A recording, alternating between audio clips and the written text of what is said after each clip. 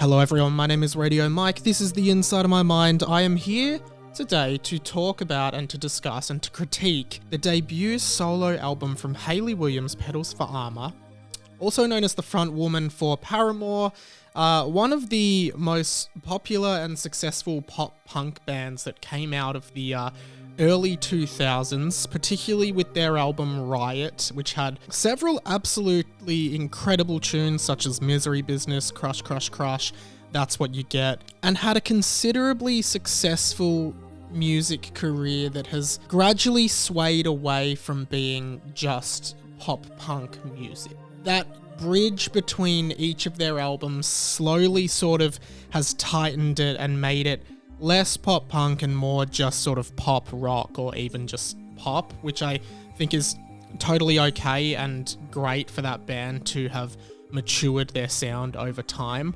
But I guess Hayley Williams was always the front person and always, I guess, the most important figure of Paramore. Like, if you took Hayley Williams away from Paramore, there wouldn't be Paramore. So I assume she was a large driver in that change in sound over time, and it's particularly evident with their second most recent album, which was the self-titled album Paramore, which definitely marked a very strong shift in tone for the band, and I think titling that song Paramore was almost an attempt to reinvent themselves and to redefine their sound, which worked really well. And that was followed by After Laughter just a few years ago, which was honestly one of the strongest albums from them I've ever heard. It certainly took more of a pop and synthy sort of vibe at times, but it had so many great tunes, so many memorable tunes, and that was a real peak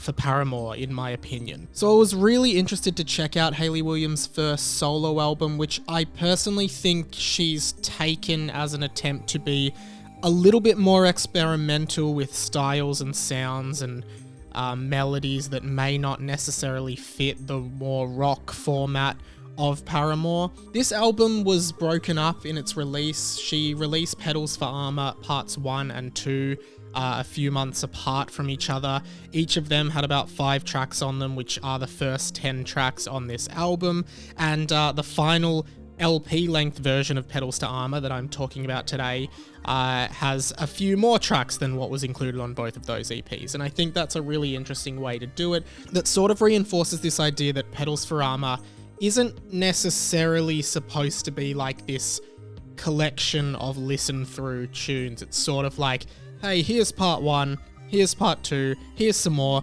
This is me, Hayley Williams, experimenting with sounds that I didn't think necessarily fit Paramore. And personally, I think this is a really great space for her to show us some amazing stuff that she's clearly capable of that sounds just as good, if not better, than what Paramore's done.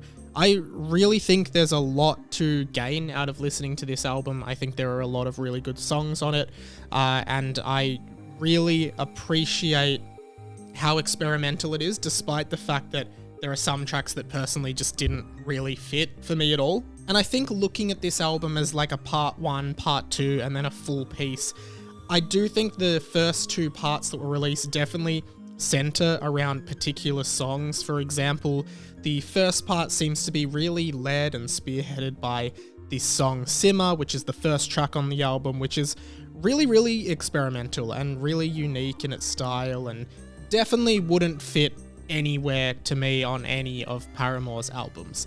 And the second part definitely has a song that is possibly one of the most conventional on the albums in terms of structure, but also one of the strongest because it just has such a great melody and a great rhythm to it and great vocal lines. And I think that this song, which is called Dead Horse, is the track on this album that would fit most on one of Paramore's albums like After Laughter. I do think that this has a real distinct, rocky Paramore sound with that classic Hayley Williams style vocal, and I think it's really well composed. It's just a really nice pop rock song that fits really well in this slightly darker space that Hayley Williams seems to be experimenting with in her solo album. When I look back at something like Riot or Brand New Eyes, which are the first two real big commercial Paramore albums that were very, very pop punk and had that really angsty, angry sort of Hayley Williams that had, those really emotionally charged, angry, youthful, angsty vocal lines. I think that this album and also the more recent Paramore albums have really started to show off how good she actually is at singing. There is a track called My Friend, which has this just incredible floaty and beautiful chorus. The vocals are incredibly smooth. There are piercing harmonies sort of ringing through this track. And this is absolutely one of the standouts as well on the album. I really liked the vocal performance here. Leave It Alone, which is the second track on the album overall, is also quite nice. I enjoy the sort of down-tempo nature of this song, and I think the vocals are really nice. This does remind me tonally of something like the track Misguided Ghosts, which was sort of a stripped-back, raw tune on Brand New Eyes that was one of the less upbeat rock songs and more of the stripped back ballads on that album, and I really like that comparison and that feeling because that was a really strong song on Brand New Eyes. So I think Leave It Alone is a great track. But more than anything, I think one of the deep cuts that I enjoyed the most for Hayley's vocal performance was the song Why We Ever, which is later on the album. I think floaty and dreamy is a way to describe this song, as well as the song My Friend, and these really like gliding vocal harmonies that are just honestly quite beautiful to listen to. But the best part of this song, which I think is overall my favorite, I know I said I really liked Dead Horse, but this song just has so much going for it. The song kind of stops, slows down in tempo, and suddenly just becomes this incredibly stripped back piano ballad with an emotionally connecting Hayley Williams singing, just with this beautiful piano ringing out. It's really raw, it's very vulnerable, the lyrics are, I just want to talk about it, and I think that she conveys so much about what relationships are and what conflict can be in relationships. And I thought a lot about the title of this album, Petals for Armor, and what that could mean, and I think that accompanied with the album artwork, which shows Hayley Williams with wet, dreary hair and, no real makeup or anything like that on, I think that what Petals to Armor communicates is this idea of vulnerability, and I do think that Hayley Williams is both like lyrically and metaphorically being vulnerable, particularly in this song, but in this entire album, but also the vulnerability of doing something so ambitious and so different like this album, which is so experimental and so highly unique compared to perhaps what her fans may be expecting from her, that I think that Petals for Armor is such an apt name for something like this. It really does highlight the vulnerability of Hayley Williams, and her voice in this song and the way she sings and the beauty of that piano really, really reinforces that. Songs like Creepin' are really interesting, again, experimental tracks that I haven't quite warmed on, but I do think that they're good songs. I say the same about the song Cinnamon, which is a fun sort of synthy song with some like sexy, light, high vocals from Hayley. That's also echoed later on the album in the song Pure Love. I wasn't particularly sure why the lyrics in the song Cinnamon were repeated in the song Pure Love, or the title of that song was repeated.